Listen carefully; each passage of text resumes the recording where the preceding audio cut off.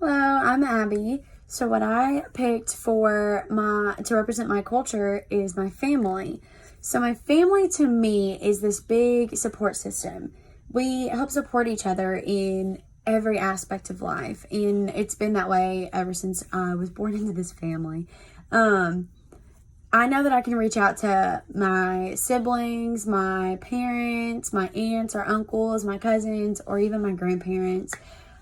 I call them when I'm stressed, upset, if I need advice or some guidance or just some answers about where I'm going in life, just anything. And then I also call them if something exciting happens, even something minor is, getting an A on a test or something. I'll call my family and I'll just kind of share my excitement with them. And they do the same. They call me and they know that I'm here no matter what. So we just work as this big support system, and that's something that's absolutely amazing to me. And then my family, we are a big source of each other's entertainment, especially me and my siblings. Since we live together at the moment, it's never a dull moment. I'm laughing like every day. But as far as like the whole family, we have family get-togethers and bonfires and scary movie nights and swim days and nights, and when we get together it's just cutting up and laughing and having a good time. So my family definitely is a big source of my entertainment. We're all just a bunch of goofy people that just you can't take stuff too seriously, otherwise you'll just be stressed all the time. So we make sure that we're laughing anytime that we're around each other. But again, like if we need support, we're also there for the support too. So it's absolutely amazing. And another big thing with my family is I know that I am a representation of them, but they also represent me.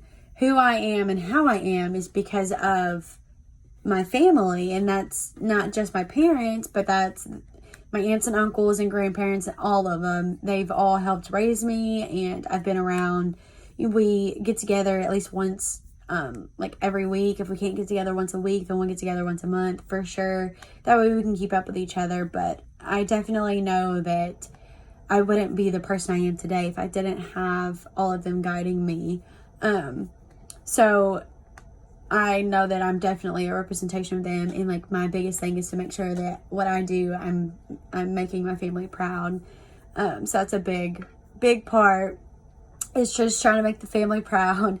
So this exercise, I think, would be amazing in the classroom. It would be a great icebreaker, or even if you didn't want to use it as the icebreaker, just to do it in general in the classroom.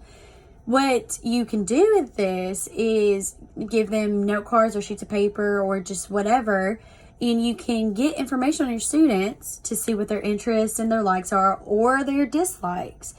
So you can explain culture and what culture means, that it's more than just one thing and it's this big thing, and then you can ask them what culture means to them and what a big aspect of their culture is, and just get to know information about your students. And so then once you have that information, you can use that in the classroom. You can set up little stations that help to represent each and every one of their biggest aspects of what they believe to be their culture. You can put it into their lesson plans, how they're learning and things like that. This will help them to be engaged in what they're learning. They're going to be interested because it's something that is personal to them and something that they believe in. And so being able to get them engaged and involved, they're going to be interested in what they're learning. So the chances of them remembering this information is going to be more likely. I know for me, a lot of times it was kind of just wrote on the board and figure it out, take the test. It wasn't so much personalized. It was more just kind of standardized. So I didn't really have an interest in some of the stuff I was learning, and I think I probably remembered it for the test. And if you ask me the same questions, I'll probably know, but because I'm older and I've been through some stuff. But the chances of me remembering just like that, it would definitely take me more time, just because I wasn't interested or engaged. So I feel that learning about your students and their interests and their dislikes and what they believe in, and then implementing that into your lesson plans is something that I think would help them to be able to remember this information, to learn it, and to actually take it into life and outside of the classroom instead of just right there and then let it in one ear and out the other, you know? So I definitely, for me, if I was gonna do this exercise in the classroom, I would make sure that I kept all of their information until the end of the year. I might even make a scrapbook of it. Honestly, I'm very sentimental.